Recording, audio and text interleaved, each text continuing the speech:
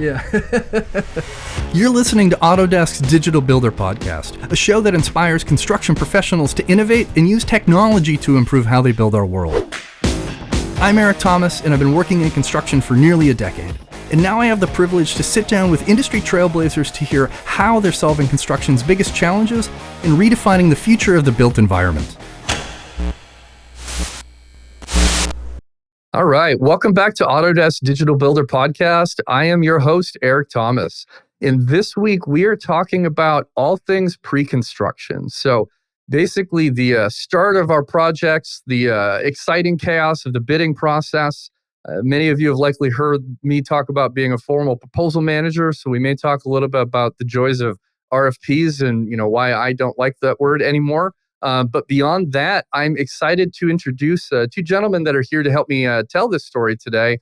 First up is JD King, the Vice President of Preconstruction at LEMOINE, and then Taimoor Khan, the President of Preconstruction at Satterfield Pontikes. So with all of that exciting introduction, gentlemen, how are you both feeling today? I'm feeling pretty excited. I wanted to be part of this podcast and talk about pre-construction. Always excited about it. Well, I'm glad to hear that, man. JD, how are you doing today? Yeah, feeling great. Excited to have the opportunity to talk about what I love to do every day. I'm privileged to have both of you here to kind of dig into where pre-construction is today. And I think in the last 5-10 years, a lot has changed, and it's I think a pretty exciting moment in the sense of more technology is starting to become purpose-built for construction, but I think pre-construction as well. But before I start turning into a gigantic nerd, JD, I'm going to ask you, can you help me set a baseline for our conversation? Can you define what the heck is pre-construction? What's estimating? What's this crazy bidding process look like that we're talking about today? Yeah, absolutely. So just to break it down in the simplest terms, pre-construction is everything that happens before construction starts. So pre-construction is pretty wide open and covers a wide gamut of things. But then more specifically in looking at that, estimating is the actual cost part of pre-construction. So it is our best effort to identify cost and put cost to a set of construction documents for our teams to go build and execute in the field. And then bidding is the solicitation of that out to our trade partners and suppliers, getting pricing and quotes in and putting all of that together usually culminates in a single bid day where all of the pricing is due. And then it's our team's job to put all of that together in one package where the owner or client can understand. The bidding process was where I spent most of my time when I was still working at GCs. I mean, I remember, especially early in my career, the stress of the bid day, because there's so many things that are coming together all at once. Then you've got to assemble this. And, back when I was starting, everything was still being printed and put into 10 or 15 or 20 binders and shipped off to the client. I think that's changing for the most part, thankfully, because that introduced a lot of its own chaos into the process. But there's so many aspects and there's a lot to consider. So I'm excited to hear what both of you think. Taimoor, anything to add to the old, big, broader world of pre-construction? Yeah, just like JD mentioned, typically when we mention the word pre-construction, usually a lot of focus goes on to estimating and most cost-related activities. But pre-construction is not really limited to just the cost part because there's some other pieces that also go hands in hand with it. For example, scheduling, a BIM VDC planning group, your constructability reviews, any procurement planning that you have to do. And nowadays, especially procurement is getting more critical because of the supply chain issues as well. So you need to have a really good procurement plan in hand. So. Yeah, the precon stage really sets the tone for the rest of the project. And there's, I think, a lot of opportunities and a lot of challenges there. But Taimoor, to build on that, I'm interested, what do you think has changed the most in pre-construction in, say, the last 10 years? I think the mindset has changed. In the pre-construction professionals who used to be more called estimators only, they were more in the background. Now they came in the front end in the spotlight. It used to be more the project management team who would take care of some of the pre-construction activities, and the estimators would work in the background. Now the pre-construction professionals, those estimators turn into more pre-construction professionals, and they take care of a lot of stuff that used to be more project management. Because pre-construction by itself is a very specialized phase by itself. So the best people who can really represent pre-construction is the one who actually builds the information, not the one who delivers the information. So I think the mindset has changed. Now, again, the spotlight has changed from project management team to the actual pre-construction professionals. I think that makes sense too, because we're giving the folks the opportunity to really highlight the hard work that they've done, and who knows the bid and the broader scope of what they put together than the estimating team that did it.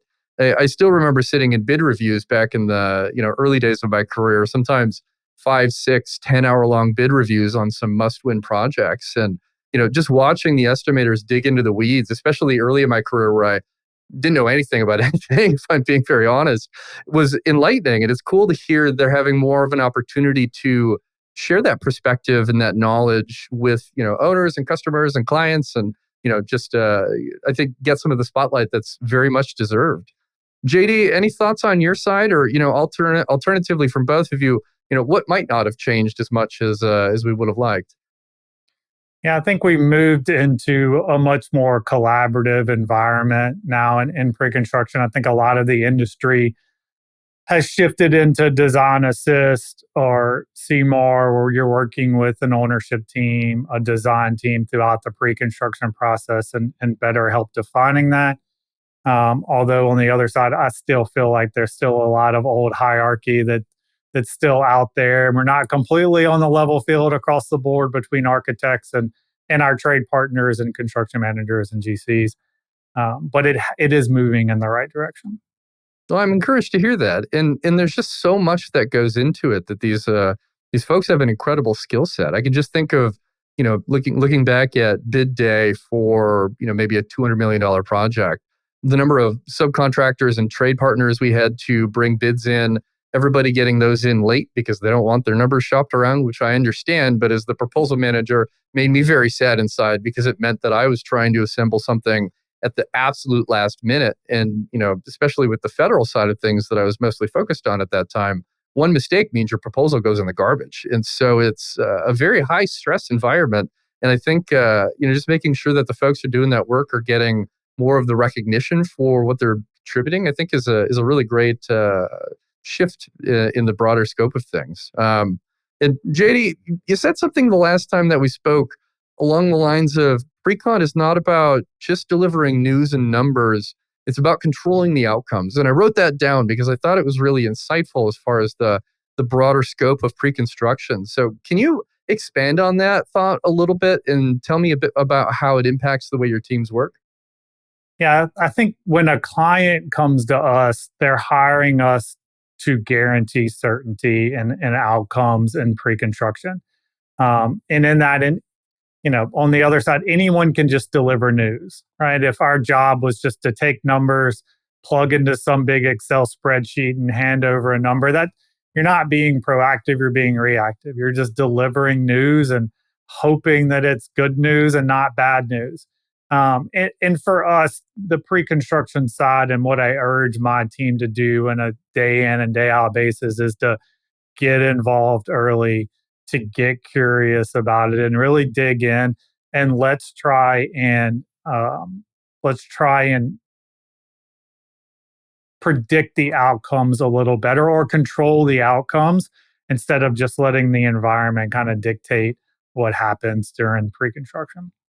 I love your point about digging in too, because I think there's a lot of career opportunity that comes from that mindset. I know many of the things that happened when I was still working for contractors that happened in my career. I lived in Dubai for a number of years and had some really great opportunities. Always came from me asking those deeper questions of, help me understand this. Why is this the case?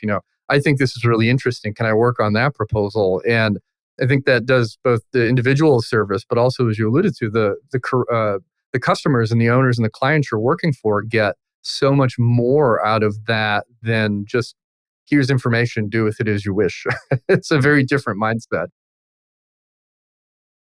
Yeah, if you're a Ted Lasso fan, the be curious is a motto that we use a lot around here in pre-construction. If there's something you don't know about, let's get curious and go figure it out. And it's really important for us in pre-construction to do that and have that curious mindset.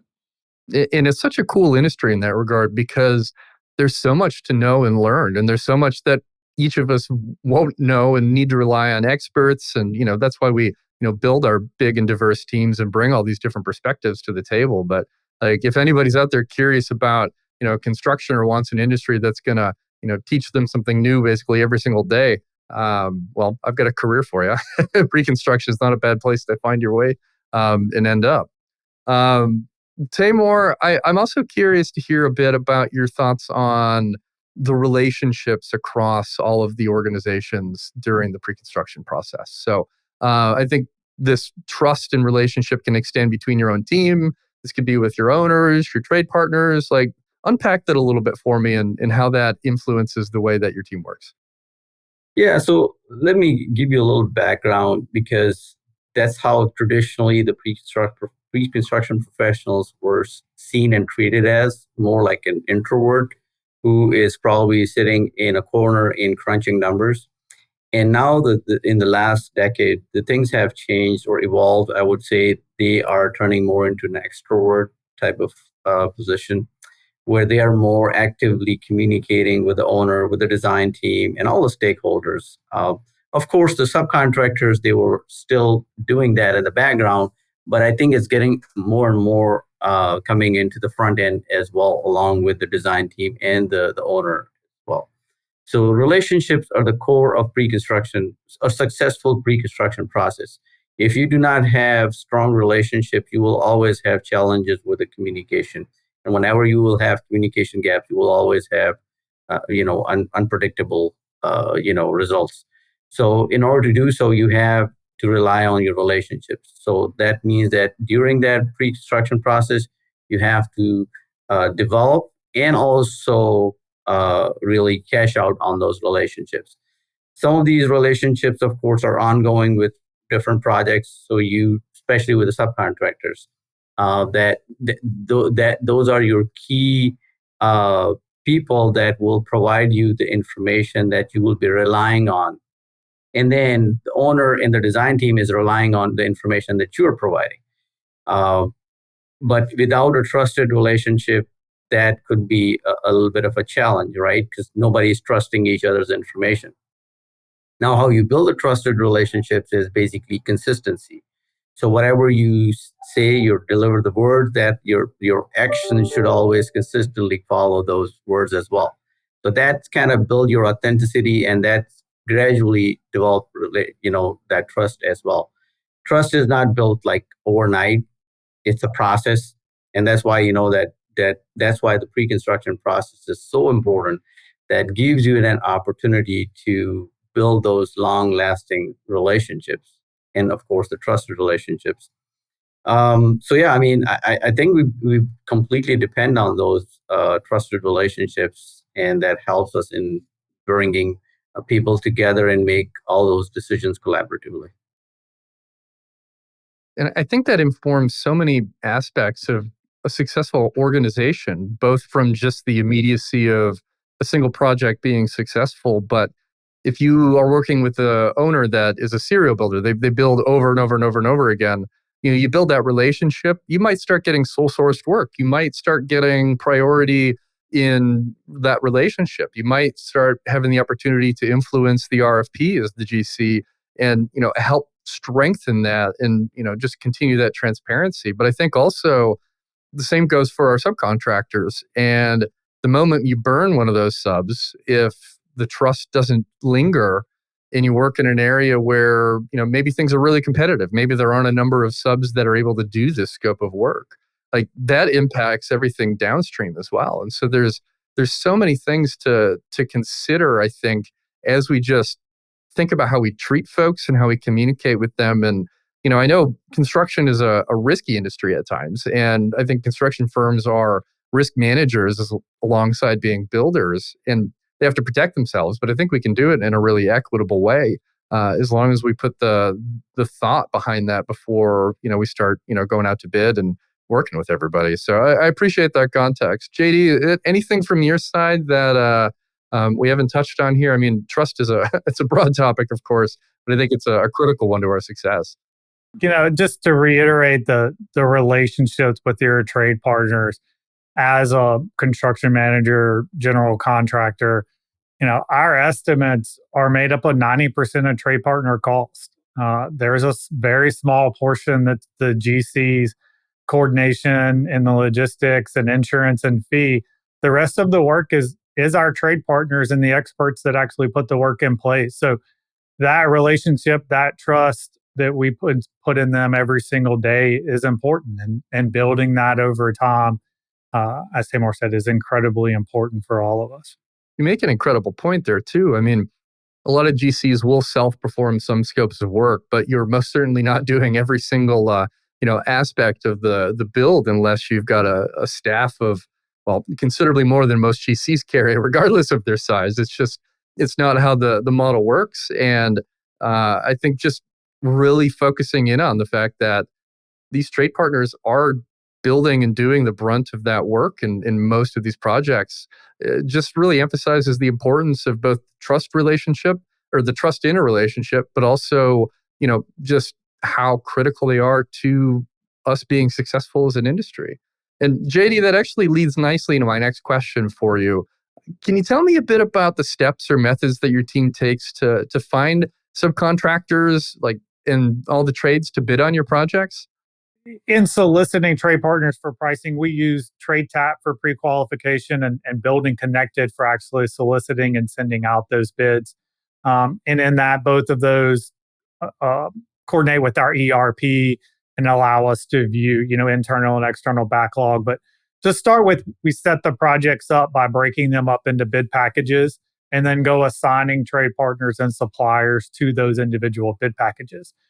Historically, that's done by trades that we've worked with in the past or have done similar project types, but also an attempt to align the size and the scope of work with those trade partners. Some of our electrical trade partners can't handle the larger jobs, and some of our larger electricians don't want to do the smaller jobs. So trying to align those with capacity and exposure limits. And then also, we attempt to build out our bid packages to get a minimum of three bids per trade. We're usually are not trying to blast it out to the whole market and find everyone that's in that city or town or within 150 miles. It's usually more targeted into who we believe can perform the work.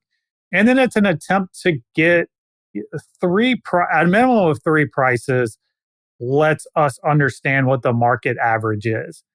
You'd be surprised at the range and quotes that we get for a specific bid package. I've seen that. And while our trade partners don't want us to solicit a lot of people, usually when we get 3 or 4 bids in a package, it starts to give you an idea of what that market rate is going to be for that scope of work.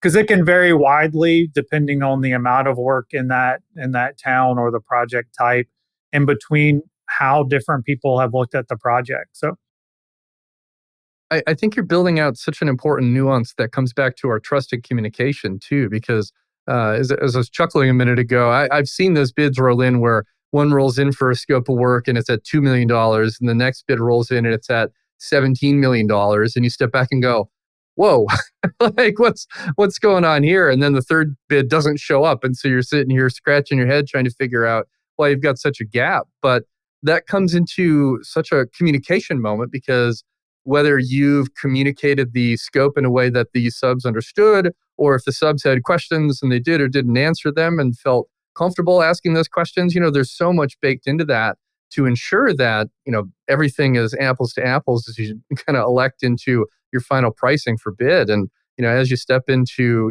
firm bid or hard bid or lowest price technically acceptable, as my formal federal hat goes, those big gaps start to become a bit more scary as you jump into the project.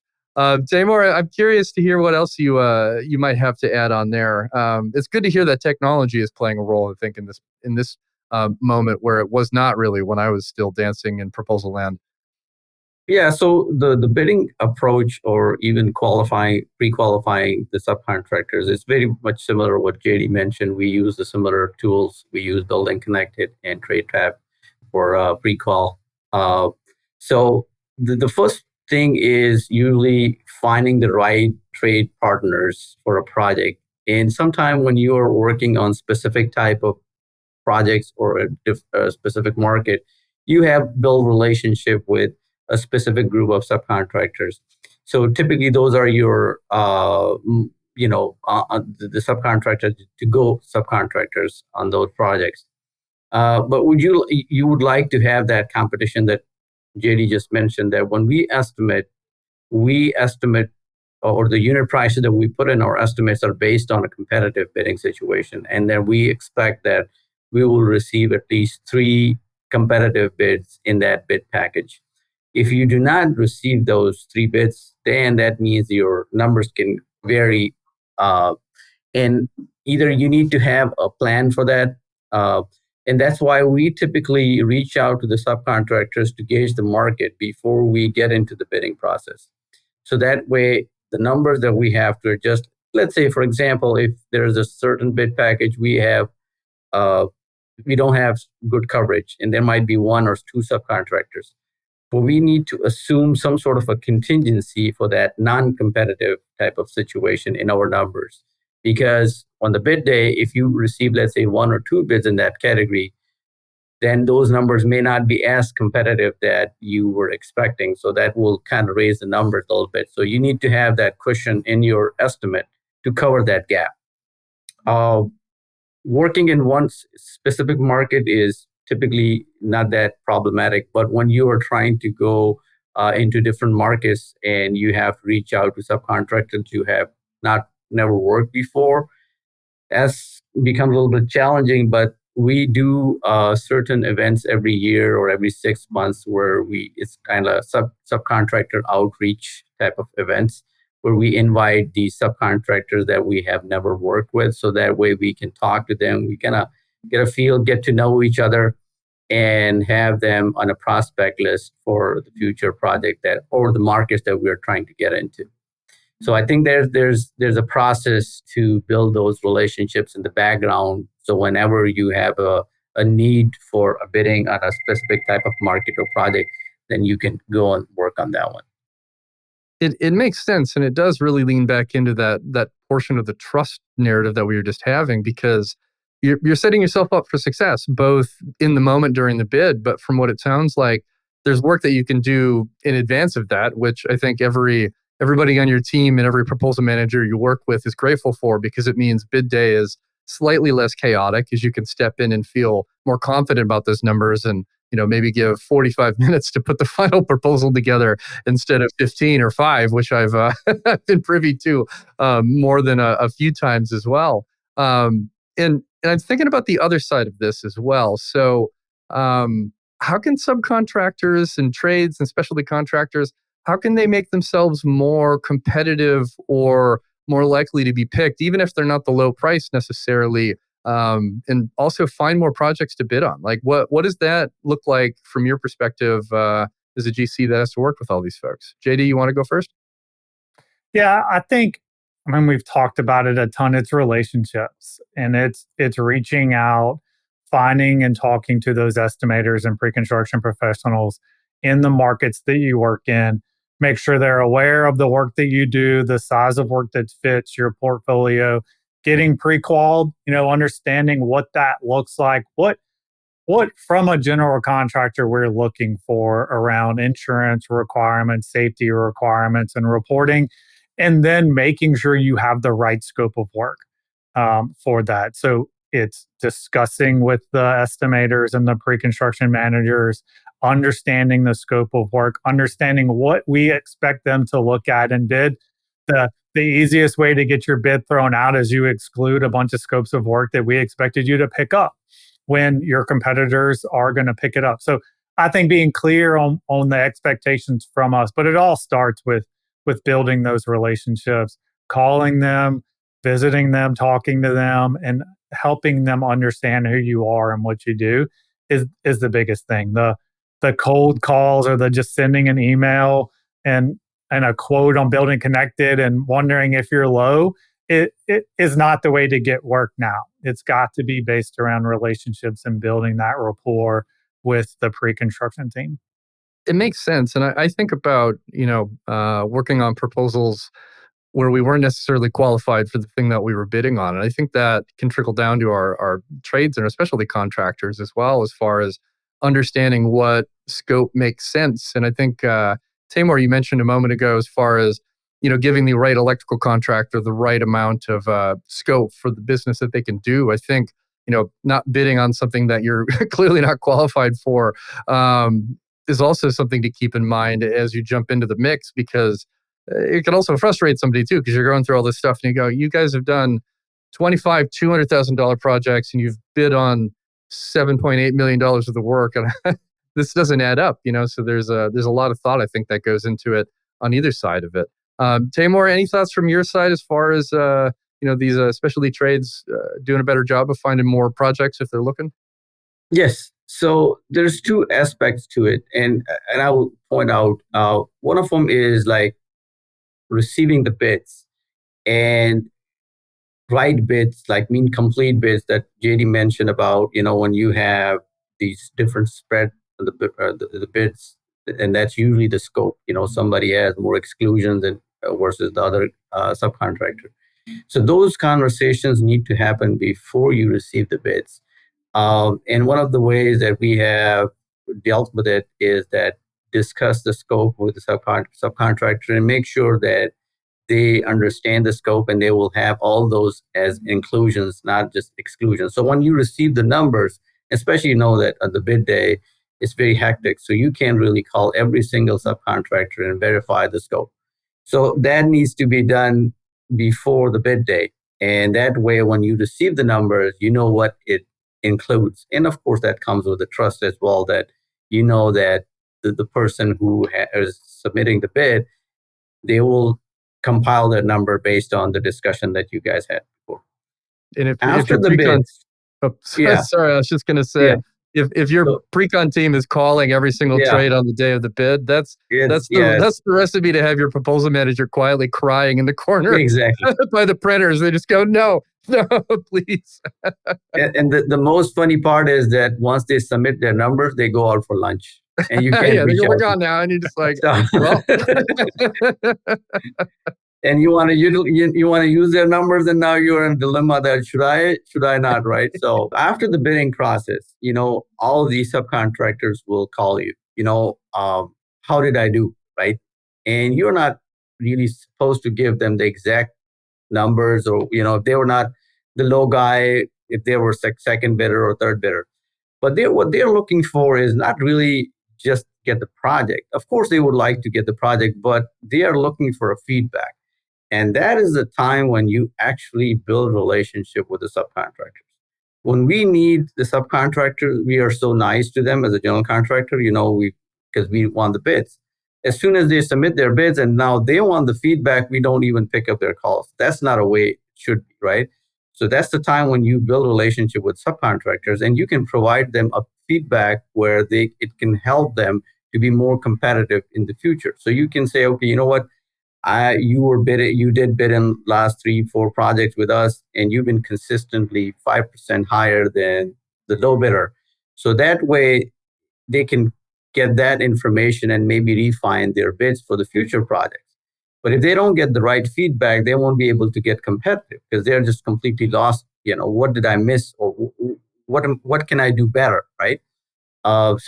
But with that feedback, not only you're helping them to get competitive, but also you're building a trusted relationship that you do care about success of them as well, like as you do for yourselves.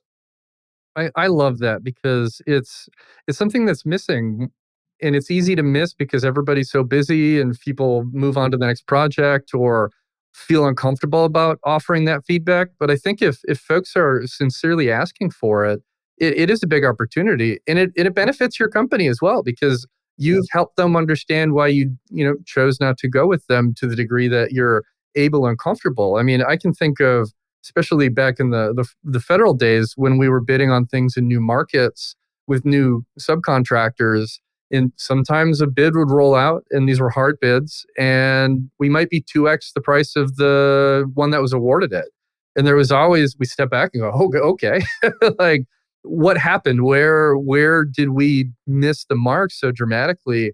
And more often than not, we were not offered feedback from the client in a way that helped us understand where those gaps were. And I think after a time in some of those markets, we stopped bidding on projects because we just went, okay, well, we clearly can't remain competitive and we're not certain why. And so, off to a new region where we might get that feedback or we might have some of those relationships that ensure that the bids are a little bit closer, because that's a scary moment when you're 50% over and it's a hard bid moment too. You go, ooh, like something doesn't feel good here. Exactly. So I think we've touched on this a little bit earlier, and I'm curious to hear a bit more now. How can we make these careers in pre-construction more appealing to, I think, both folks that are already in the industry, but also drawing from more non-traditional construction or non-traditional backgrounds that maybe don't work in construction today? Like, how do we improve the perception of pre-construction specifically? We just have to show the new picture of pre-construction, and that is that you have an impact. I mean, it's not just you are working in the background and your impact is not really recognized, and you're presenting them as problem solvers, not just an estimator or just somebody that is working in a specific field. It's more, I would say, multidimensional than just single dimensional, because again, traditionally pre-construction is seen as just being an estimator, which is not true. You have to look into different prospects as from not only from cost standpoint, but also risk, from constructability review, from site logistics planning, from procurement planning, from any BIM-BDC requirements, scheduling, everything. So there's so many different things that basically you can really polish your skills on. And just like project management, it's a pre-construction project management. It's happening in the pre-construction phase. So you are acting as a project manager, but it's in a pre-construction phase.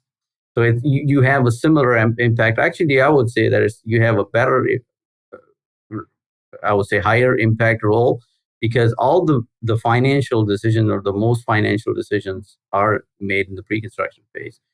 And you have an opportunity to communicate with all the main stakeholders, its design team, or the owner and the subcontractors. Once it gets to the field, usually it's the field people that you deal with, but you do not really have that direct interaction with the owner or even the design team. So I believe pre-construction has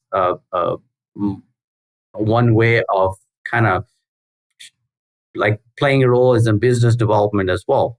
So if you have built good trusted relationship with everybody, you have an opportunity to get a next project as a repeat client as well. Yeah, I think you're spot on with that perception in the titles that we see more commonly in Precon as well. When I first got into the industry, the Precon team was the estimating team, and we had a senior or lead estimator, and he had a number of estimators that worked under him. They were all some variation of that, and they weren't put in front of clients. They very much were in the hamster wheel in the back, just crunching numbers relentlessly. And this is an industry. There's always going to be another RFP. They keep coming, and so if you're stuck in that, I think in that bubble, it's hard to sell somebody on that. You go, okay, yeah, you're just going to be in here crunching numbers. And if that's the thing that somebody wants to do, of course, there is the opportunity for that. But there also is more, I think. And I think we need to do a better job of communicating that. JD, I'm curious to hear what your thoughts here as far as how we can, bridge some of these gaps or perception issues and maybe pull from, other industries as well. Yeah, I think that if you're looking for opportunity, it's in pre-construction. I've had a lot of success recruiting from non-traditional construction management degrees. And I'm a product of that, of coming through the field and getting an opportunity in pre-construction and taking advantage of it. But also have recruited from accounting backgrounds, all kinds of different backgrounds that can step into pre-construction. And I think that each one of those adds a little bit more flavor and diversity and a different viewpoint into our pre-construction teams and our projects. And look, if you're a PM and you're tired of the daily grind out in the field and the fights, like, we need you in precon. If you're in a non-traditional and you want to get involved and learn something, this is a great career path to get into. And if you want to influence project, as Taimoor said, like, you have the ability to influence more in pre-construction across more projects than anything else that you can do in construction. And our team touches every project that goes to the field has to come through pre-construction at some point. So it's a great opportunity. It's not about old school sitting in the corner of an office doing takeoff or plugging out Excel spreadsheets. It's business development. It's recruiting. It's building relationships. It's site logistics, scheduling. It is all of the things that go set our operations teams up for success to go build great projects for our clients. And to have that opportunity to influence and be a part of something that's very rewarding, it's an incredible career path for anyone that's interested. It's such a diverse, part of the overall construction process. And I remember the first time I got to do a site walk on a proposal that I had helped, bring across the finish line, and we ultimately won. And it was very cool going from, all right, here's a lot of documentation we've created and, helping bring the technical narrative and all these fun things together in scopes of work that I may or may not have been familiar with, to standing on the roof of a half-finished building going, oh my gosh, like, here it is, And I think there's a great thing to be said about being able to get out into the field if you haven't been out in the field much. And there's some rewarding aspects to that too. But I'm an example of somebody who comes from a non-traditional constructor background as well, that ended up, I was on the proposal side, as I mentioned before, but I've got a degree in scientific and technical communication. And when I got hired at my first GC, I remember sitting in these bid reviews and meetings and all the acronyms and jargon. I'm like, what on earth is going on right now? I was so overwhelmed. And in 6 months, I remember coming out of a bid review, and one of the senior proposal managers I worked with, he looks at me and he goes, well, you got the lingo now. And I look at him, I go, what do you mean? And he goes, you were in it, and it finally clicked. And it just opened up an incredible amount of opportunities for me over my career as things have developed. But also, as I've alluded to before, I do not work for a general contractor anymore, which leads into my next question, tied to, burnout. And I admittedly did burn out. I felt that I wasn't well enough resourced at the tail end of my career working at GCs, and felt like I was in the corner just doing the grind with the proposals. And every week there was 2 to 4 rolling in. These projects are very high level, very high stress. And I got to a point where I just didn't want to do it anymore. I left. And I'm thankful that I'm still tied to the construction industry today, because I love it. I think it's so interesting and there's so much opportunity. But that moment in my career was really hard. And so I'm curious, JD, I'll kick this one to you first, man. What steps do you think folks can take to prevent burnout, both in the organization and for themselves, and create a healthy working environment, especially in the world of pre-construction, so we're not, caught on that hamster wheel to the point where they go, I don't want to do this anymore, and they leave? Yeah, it's a great question. I don't know if I've got a definitive answer. I'll tell you that success in this industry takes effort, and that usually means a lot of work. So it is an industry that is predisposition for burnout. The deadlines are non-negotiable. The workload can be very demanding at times. And there's no shortcut to success. Like, our work product takes effort, and it takes a lot of work. But that excites me. So for me, I'm excited about getting up and go and deliver something like the work products that we put together. I think what we've got to do is as managers and leaders is empower our people to for them to identify what excites or resets them, and then give them the space to go do that. I mean, I have a team. Some of us, like myself, are early risers and we go to bed early. And I have other team members that they're night owls and they don't like being in the office first thing in the morning. But it's working with each individual, giving them opportunity to reset and have that time to reinvigorate and get back into the grind that this is. But the industry can be incredibly rewarding. And if you let that grind just beat on you, then you're setting yourself up for failure. So I think as leaders, we just have to talk about it more and provide opportunities for our team members to go do what they do that helps them reset and be reinvigorated and day in and day out in this, because it is such a rewarding career. I think you hit the nail on the head as far as that communication piece goes. There's a nuance to communicating. Like it's okay not to feel okay, and it's okay to identify and talk about that too. And making sure that people who work on your team understand that they can communicate that, and it's not something that's going to be punished or looked down upon. And you say, I'm hitting that wall right now. We had, all these number of proposals and a couple of these things happened, and I need some time. And for that to be okay is incredibly important. But there's also a skill set to develop to be able to say that and speak up. And, at many points early in my career, I didn't feel comfortable doing that, being very junior and not having any manager say something like that to me. I wish they'd had, but I think we're really shifting the narrative now in making sure that we're taking care of our people. And like, even if you take off the humanity hat for a moment and just think business, like burned out folks aren't doing their best work. And you've got to make sure that you're setting an environment up that allows them to take the time they need and not feel that. Because JD, much like you, especially for most of my career, the deadline for me was the thing that woke me up. Like you would see some folks on deadline day panic, just chaos and flustered. And those folks generally didn't move up the proposal management chain because the stress in that moment didn't feel right for them, and they didn't thrive in it. And for me, deadline day, cool, calm, and collected. You get to work early. You go, all right, here's what it is. All right, lead estimator or lead precon manager, don't you dare give me this 7 minutes before it's due. I need to put it together before I email it. And there's a relationship that is built internally in those moments too for the way you treat folks on deadline day. And I'm rambling now, but this is a topic that I'm pretty passionate about because I bounced, as I very candidly admitted. I went, I don't want to do this anymore. And I want to make sure that everybody else has the opportunity and the resources to make sure that they don't feel like that, because it's a really bad feeling. Taimoor, I hope I didn't steal all of your answer here, but I'm curious if you have anything else to add on the, just making sure we're setting people up for success and, having these conversations about burnout at the right opportunities and making sure they're comfortable. Yeah. JD mentioned some good points, and I believe that it all falls on the leadership.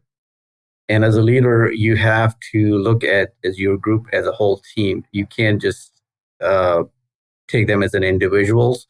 And every individual has different strengths. So if you let them play in their strength areas, they will feel less burnout, because what happens is, like, a lot of time when people do things that they don't like to do, that becomes a stress. But if they are doing things that they're loving to do, then that's become their passion. And they're really fast in that as well. So I'm a big proponent of working smarter than harder. So I try to always look into ways, how can we be more efficient and get things done faster? And that requires continuous innovation, so you have to try different things. Okay, maybe this way I can do it faster. And also reflecting on the way you are doing things.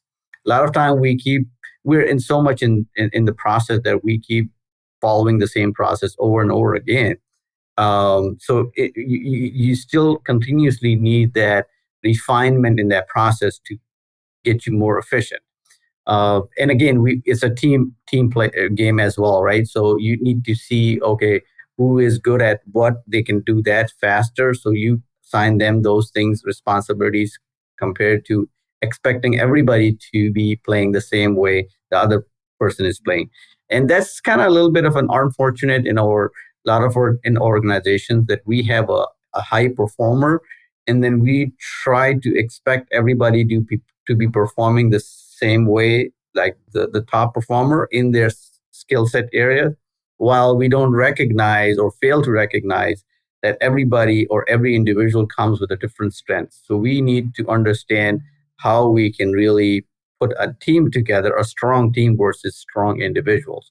And that's why it's very important that we need to have that communication and understanding of our individual team players' their strengths, and then let them play in their strength areas.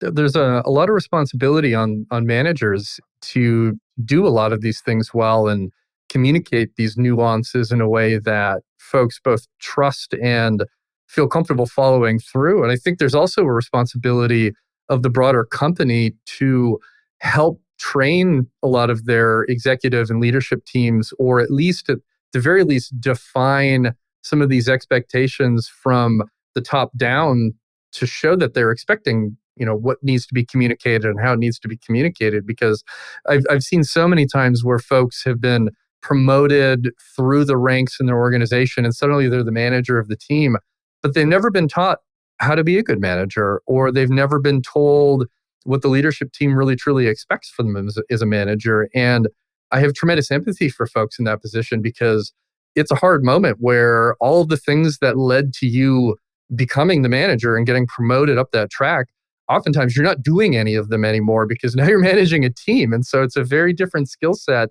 and it's a talent, and I think something we can empower folks to be better at with a little bit more intention across our organizations. I appreciate both of your perspective here. It's a challenging topic to dig into sometimes, because it really looks directly at the nature of a lot of the work that we're doing. I mean, the deadline is not going to go away. Like, the RFPs are going to keep coming.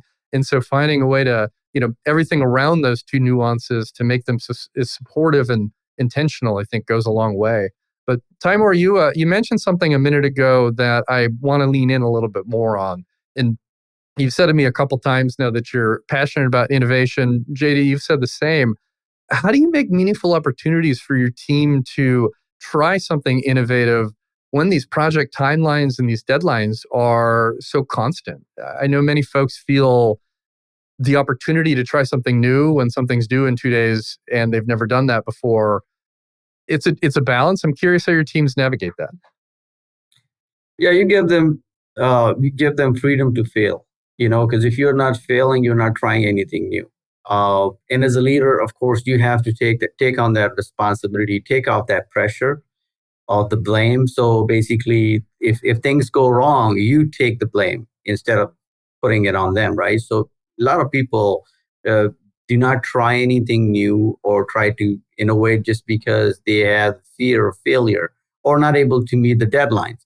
But if you as a leader provide them all the support that they need, and you take that blame on yourself, and you're with them in that throughout this whole innovative process, because innovation and efficiency don't go parallel. So whenever you're trying to innovate, the efficiency will go down. But if you're not allowing them to do so, how will they innovate, right? So every company, they want to innovate, but they won't allow for that, freedom of failure or slowing down.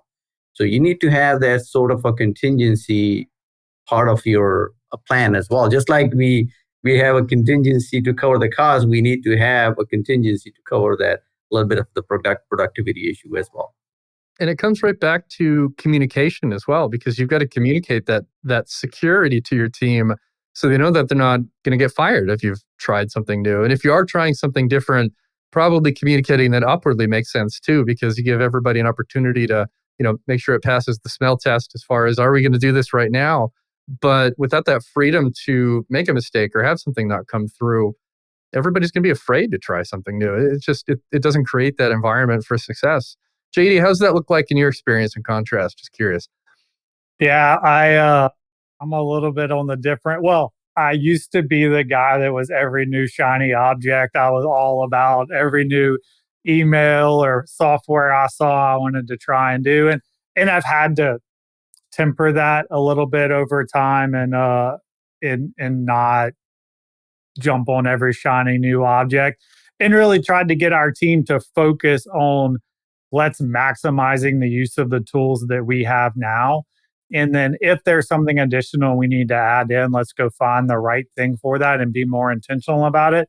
But I have certain offices that love one software and the other one won't touch it. And so, just trying to make sure we're the most efficient as possible. I think I get an email every day about a new software or technology that's out there.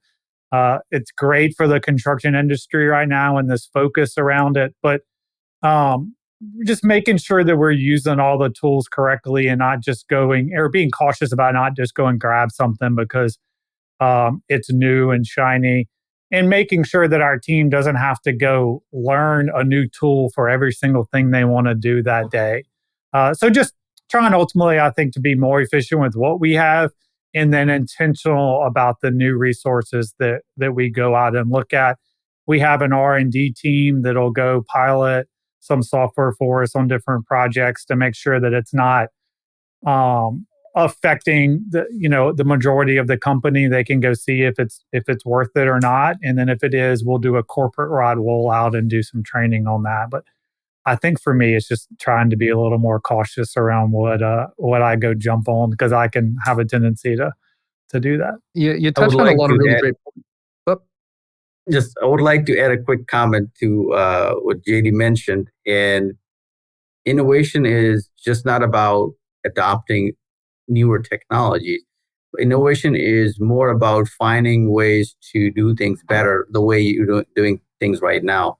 So just like you mentioned, you can utilize your current tools, but you can be innovative. How do you utilize them better as well?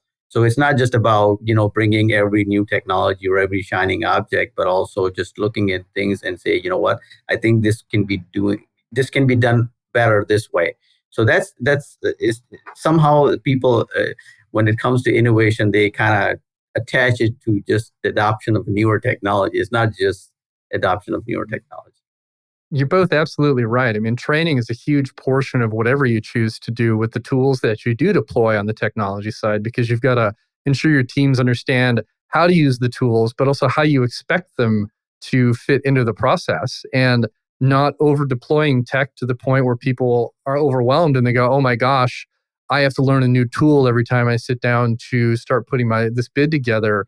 That's not conducive to a good, process as well.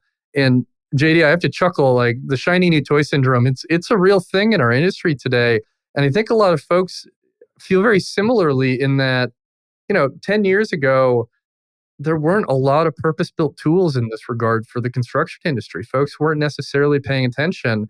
And as the VCs started paying attention and things rolled out, it's easy to go, I'm excited now. There's things for me to try that are made for me. They're made to adhere to this process that I work in and previously could only make Excel and, a open Word doc and a SharePoint folder work for me.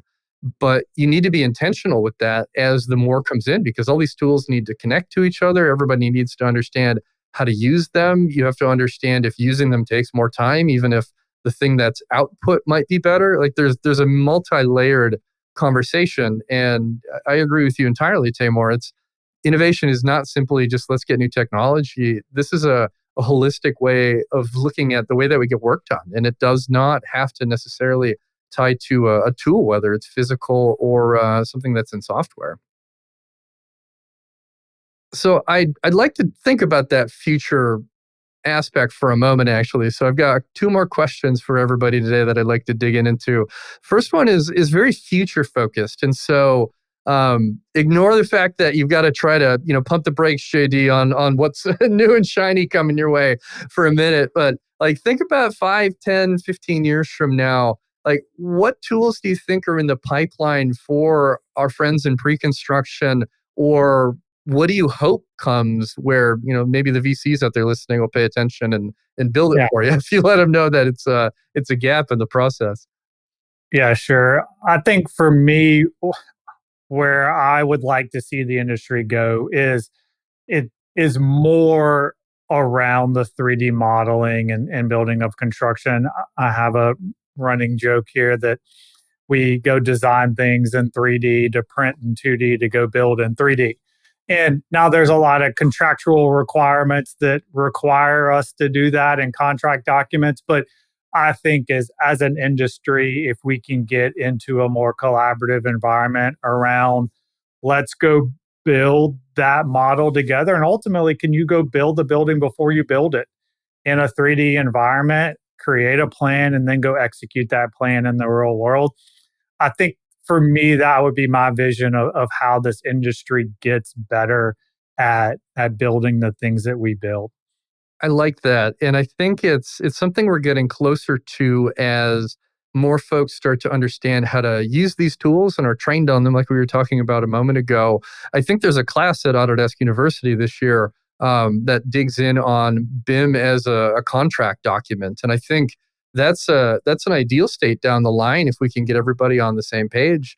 And there's so much rich data in the model that I think folks sometimes aren't necessarily aware of. But the days of the VDC team being the only ones that are empowered to leverage some of these more advanced tools, I think are far behind us, and I think it makes sense to leverage it in pre-construction if we're setting ourselves up for success. So, all the VCs out there listening to us today, pay attention. There's an opportunity here if you make this easier for our friends today.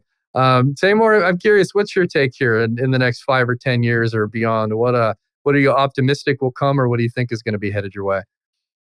Yeah, so there's two perspectives. One is the client's perspective, and one is as a construction manager or GC prospect. Of course, I would like to have the science piece of the estimating of the pre-construction a little bit more automated. So you spend less time on, for example, the quantification and even some of the information that you need to share with the subcontractors or from the design team as well. Utilizing the 3D models, the BIM models more and more. I was looking at a survey that right now only 5% or 5 to 10% companies utilize or use models for estimating, which brings me to the fact that a lot of people still do not trust the model. They don't realize that the models are built and it's producing the same information that you will see on the 2D documents. Yes, I understand there's certain time there's some of the models are not done in a very particular way, so you can't really extract that information that you want.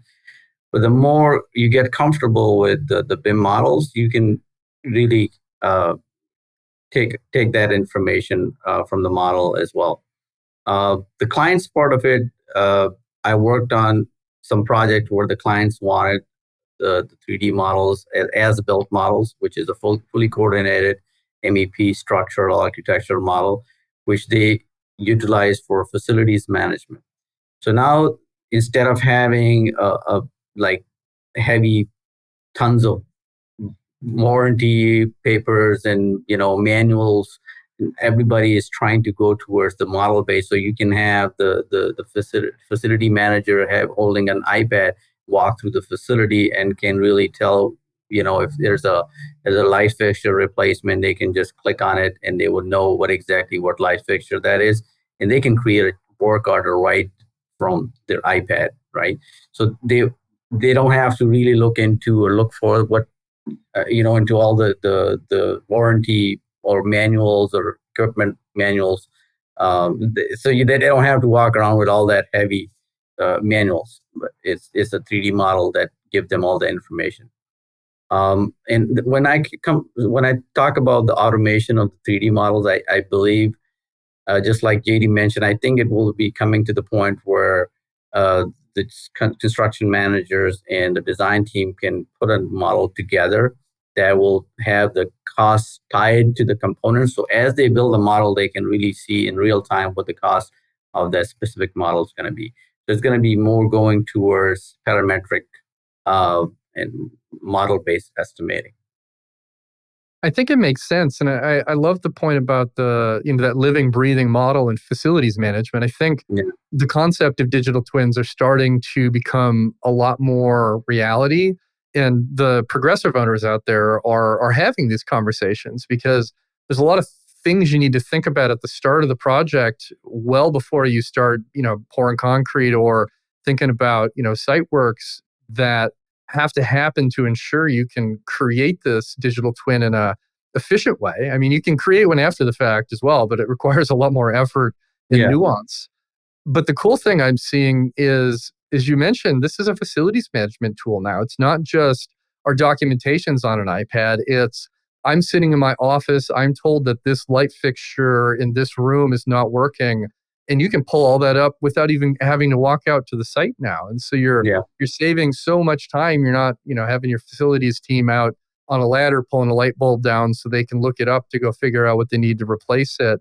There's safety aspects to it. There's just, I think, information legacy. And I think also there's opportunities for contractors who have really strong relationships with their owners to continue that relationship after handover, because they can help in assisting keeping that digital twin up to date and managing how that process moves. And so I think there is tremendous opportunity there when people are being deliberate about how they set up their projects. I think it's an RFP level conversation and not boots on the ground and we're already out building. But there's a lot to be said about this living, breathing digital model that continues on well after the project is finished. I mean, we all know that the majority of a facility cost is in the actual operations and maintenance of that facility. And I think any of those tools that we can give our owners to do that more successfully and efficiently is going to be a big win, even if it's down to the light bulb example that you just gave, or having more of a sense of your carbon footprint because the materials and the relationship with the environment and so many different layers that we didn't even touch on today. So I love both your answers. I think there's a lot of cool things coming down the pipe for the construction industry specifically, but with regards to precon as well. I mean, we're not just in spreadsheets and PDFs anymore. I think the moment has evolved, and with the technology that exists today, the job has evolved too. I'm happy to hear that the perception of just the estimator in the corner doing his work and waiting for the next bid package to roll in is going by the wayside, because there's so much opportunity in working in pre-construction, and it's a very diverse career path, as you guys have both really clearly highlighted today. So I'm excited and appreciate you both sharing that baseline. So I've got one final question for you, and Taimoor, I'm going to send this your way first. What is one tool that you'll use on every project, no matter what project you're working on? It's a tricky question because there are a lot of tools that I like to use. But if I have to really live with one, I would prefer to use my estimating software that I can utilize for building estimates. That includes basically my takeoff as well. So it's an integrated takeoff and estimating tool. That's basically, right now I'm using a Beck's Destiny Estimator. So I really like using that. Nice. It keeps your team away from having to sit and manually do takeoffs for 40 hours in a week. And, the early career blues that I've seen a lot of former colleagues, destined to do. It's nice to hear that technology helps streamline that in an impactful way, especially for precon out there. So I like that. JD, how about you? What's one tool that you can't live without? Yeah, I'm gonna stick with curiosity from earlier. I think you've got to go in every single project with curiosity driving your day to day, and really getting curious about everything you see, question everything, want to know everything, and want to know more about anyone else in the room about what you're looking at is, I think, key for me. I think a lot of opportunities come for that as well. As I mentioned earlier, I think a lot of the big things that happened in my career, especially in the first few years of being in the construction industry, happened because I asked lots of questions, partly because at times it's like, I don't understand what's going on right now. So, please fill me in so I don't feel so clueless, but also just the aspects of what we were doing that I found interesting or thought were neat. A lot of our Middle Eastern projects, for example, that I was tied to at that point had very interesting logistics sections and other nuances that, ended up with me, transferring and working in Dubai. And if I hadn't been asking all those questions and being really curious about it, that opportunity likely wouldn't have come together. And so I think that both plays to an individual project level, but I think both your team and your career. So great answer too. I think we've touched both sides of the world as far as tools go, and I'm always grateful when we can close out an episode with a pretty robust look at what we're bringing to the table here. So, gentlemen, of course, thank you both so much for joining me today on this episode of Digital Builder. It's always a pleasure, looking back at some of my roots tied to pre-construction, even if not every day was a good day. I think it's great to see where the industry sits today. And for everybody out there listening, of course, you are listening to the Digital Builder podcast. If you would like to ask me a question or reach out, you can find me on LinkedIn or on Twitter. Alternatively, if you're not watching on YouTube, you should head out to the Autodesk Construction Cloud YouTube channel, because we are video first, so you can see what these gents look like and the beautiful painted colors on the back of the wall behind me. But beyond that, of course, final plea, I'd be a bad podcast host if I didn't make it. If you could take a moment to go rate the show, 5 stars if you think we deserve it, or leave a review. It does make a big difference on the back end for us, and I'd be very grateful for it. But until the next time, thank you for listening, and goodbye.